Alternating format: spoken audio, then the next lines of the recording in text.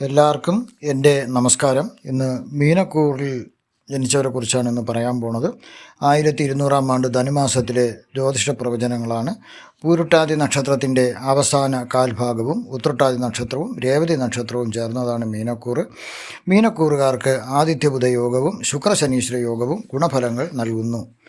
സൂര്യൻ 10ാം രാശിയിൽ, അതായത് ധനുരാശിയിൽ സഞ്ചരിക്കുന്നു. ധനുരാശി സൂര്യന് ബന്ധുക്ഷേത്രമാണ്. എല്ലായിടത്തും വിജയം കാണുന്നു. കർമ്മങ്ങൾക്ക് ഗുണഫലങ്ങൾ ലഭിക്കാം. ജോലി, അതായത് തൊഴിൽ നല്ല രീതിയിൽ പോകും. ശാസ്ത്ര സാങ്കേതിക മേഖലകളിൽ ജോലി നോക്കുന്നവർക്ക് അവരുടെ പരിശ്രമങ്ങൾക്ക് തക്ക പുരോഗതിയും അംഗീകാരവും ലഭിക്കാം. പരീക്ഷകളിൽ വിദ്യാർത്ഥികൾ വിജയിക്കും. ആകെ ഒരു ശുഭാപ്തി വിശ്വാസം എല്ലാവർക്കും ലഭിക്കും. ചൊവ്വ 5ാം രാശിയിൽ, അതായത് കർക്കിടകത്തിൽ സഞ്ചരിക്കുന്നു. കർക്കിടകം ചൊവ്വയ്ക്ക് നീചമാകയാൽ ഗുണഫലങ്ങൾ ലഭിക്കുവാൻ തടസ്സം കാണുന്നു. ശത്രുക്കളെ ഭയന്ന് ജീവിക്കുക. സന്താനങ്ങൾക്ക് അസുഖം വരിക. ഏതെങ്കിലും തരത്തിൽ മനപ്രയാസവും രോഗങ്ങളും വരിക. ഷൺമുഖ ഭഗവാനെ പ്രാർത്ഥിക്കുക. പരിഹാരങ്ങൾ ലഭിക്കാം. ബുധൻ 9ാം രാശിയിൽ, അതായത് വൃശ്ചികത്തിൽ സഞ്ചരിക്കുന്നു. ബുധന് വൃശ്ചികം സമക്ഷേത്രമാകയാൽ ഗുണഫലങ്ങൾ ലഭിക്കാം. ദോഷഫലങ്ങൾക്ക് ശാന്തതയും ലഭിക്കും. വാതരോഗം വരാൻ സാധ്യതയുണ്ട്. പല രീതിയിലുള്ള വാതരോഗങ്ങളുണ്ട്. അതിനാൽ ശ്രദ്ധിക്കുക. വലിയ പ്രശ്നങ്ങൾ കാണുന്നില്ല.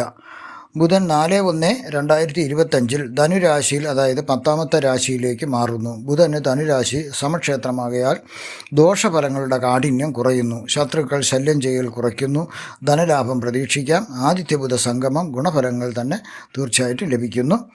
ഗുരു 3ാമത്തെ രാശിയായ ഇടവം രാശിയിൽ സഞ്ചരിക്കുന്നു. ഇടവം ഗുരുവിന് ശത്രുക്ഷേത്രം. ഗുരു പാപഗ്രഹമായി മാറുന്നു. അതുകൊണ്ട് മോശഫലങ്ങൾ തന്നെ ലഭിക്കുന്നു. ഉദ്യോഗസ്ഥന്മാർക്കും പൊതുപ്രവർത്തകർക്കും അന്വേഷണ വിധേയമായി സസ്പെൻഷൻ കിട്ടുന്നതിനുള്ള സാധ്യത കാണുന്നു. മുതലായ ഔദ്യോഗിക നടപടികളുണ്ടാകാം. വളരെ ദൂരസ്ഥലത്തേക്ക് സ്ഥലം മാറ്റം വരാനും അതുപോലെ തസ്തികയിലേക്ക് തരം താഴ്ത്തപ്പെടാനും സാധ്യത കാണുന്നു. പൊതുവെ കാര്യനാശം കാണുന്നു. ദേഹോദ്രവം കിട്ടാനും സാധ്യത കാണുന്നു. സൂക്ഷിക്കുക. ശത്രുക്കൾ പക വീട്ടാൻ ഈ സമയവും ഉപയോഗിക്കാം എന്നുള്ളതിനാൽ കരുതി നടക്കുക, ശ്രദ്ധിക്കുക. ശുക്രൻ 11ാം രാശിയിലായത് മകരരാശിയിൽ സഞ്ചരിക്കുന്നു. ശുക്രന് മകരം മിത്രക്ഷേത്രമാകിയാൽ ഗുണഫലങ്ങൾ ലഭിക്കുന്നു. ഗുണമേന്മയുള്ളതും പോഷകസമൃദ്ധവുമായും രുചിയുള്ളതുമായ ഭക്ഷണം ലഭിക്കുന്നു. കൂടാതെ ബന്ധുക്കളുടെ സഹായവും ലഭിക്കുന്നു. ശുക്രൻ 28/12/2024 കുംഭൻ രാശിയിലേക്ക് മാറുന്നു. ശുക്രന് കുംഭൻ രാശി, അതായത് 12ാം രാശിയിൽ സഞ്ചരിക്കുന്നു. ശുക്രന് കുംഭൻ രാശി മിത്രക്ഷേത്രമാകിയാൽ ഗുണഫലങ്ങൾ ലഭിക്കുന്നു. കൂടാതെ ശുക്രശനീശ്വര യോഗവും സംഭവിക്കുന്നതിനാൽ കൂടുതൽ ഗുണഫലങ്ങൾ ലഭിക്കുന്നു. പല രീതിയിലുള്ള ധനലാഭങ്ങൾ പ്രതീക്ഷിക്കാം. സ്വർണം, വെള്ളി മുതലായ ലോഹങ്ങൾ ലഭിച്ചേക്കാം. ശാസ്ത്ര സാങ്കേതിക വിദ്യാർത്ഥികൾക്കും ശാസ്ത്രജ്ഞന്മാർക്കും അവരുടെ പരിശ്രമങ്ങൾക്ക് തക്ക പുരോഗതിയും അംഗീകാരവും ലഭിക്കും. പരീക്ഷകളിൽ വിദ്യാർത്ഥികൾ വിജയം ലഭിക്കും. ആകെ ഒരു ശുഭാപ്തി വിശ്വാസം ലഭിക്കും.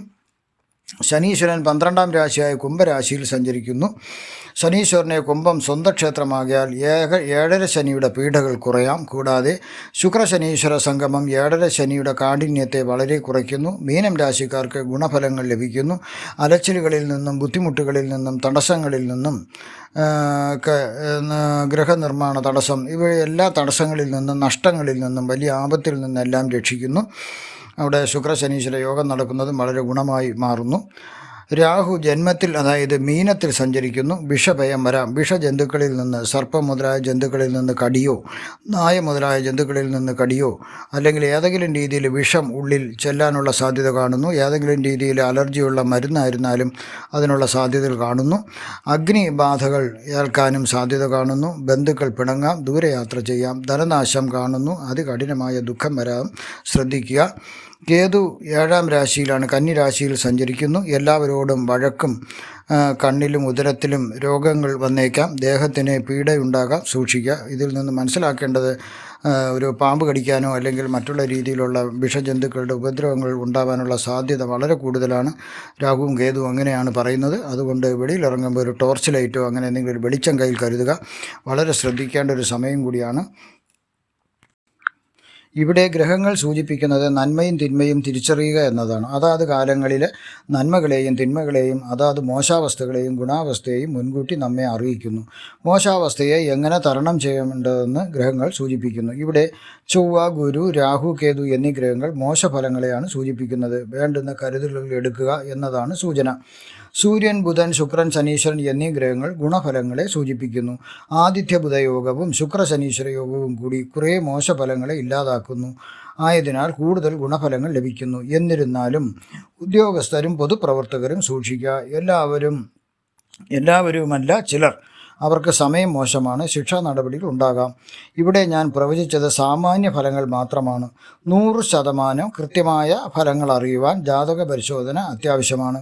നിങ്ങൾക്ക് ജ്യോതിഷപരമായോ രത്നധാരണപരമായോ രുദ്രാക്ഷധാരണപരമായോ വാസ്തുവിൻ്റെ പരമായോ ഉള്ള സംശയങ്ങൾക്ക് എന്നെ ഫോണിൽ വിളിക്കുക, അല്ലെങ്കിൽ വാട്സപ്പിൽ മെസ്സേജ് അയയ്ക്കുക. നന്ദി, നമസ്കാരം.